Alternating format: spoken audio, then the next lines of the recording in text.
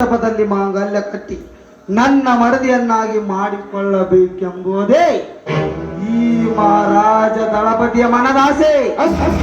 ಲೇ ದಳಪತಿ, ನಿನ್ನನ್ನು ಮದುವೆ ಆಗಲು ನೀನೇನು ನನ್ನನ್ನು ಮನ ಮೆಚ್ಚಿದವನಲ್ಲ, ಅಥವಾ ನನ್ನ ಸಹೋದರ ಮಾವನೂ ಅಲ್ಲ. ಮಾವ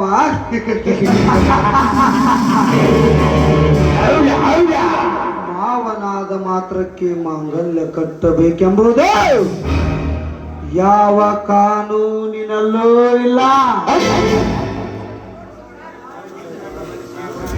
ನೋಡು ಶ್ವೇತಾ, ನೀನು ನನ್ನ ಮನಸ್ಸಿಗೆ ಎಡಿಸಿದೆ, ಅದಕ್ಕೆ ನಿನ್ನನ್ನು ಮದುವೆ ಆಗಬೇಕೆಂದು ನಿರ್ಧಾರ ಮಾಡಿದ್ದೇನೆ. ಲೇ ದಳಪತಿ, ನೀನು ನಿರ್ಧಾರ ಮಾಡಿದರೆ ಮುಗಿತಾ? ನಿನ್ನನ್ನು ನಡು, ನನ್ನನ್ನು ಮದುವೆ ಆಗೋದು ನಿನ್ನದು ಕನಸಿನ ಮಾತು. ಸುಮ್ಮನೆ ಹೊರಟು ಹೋಗು.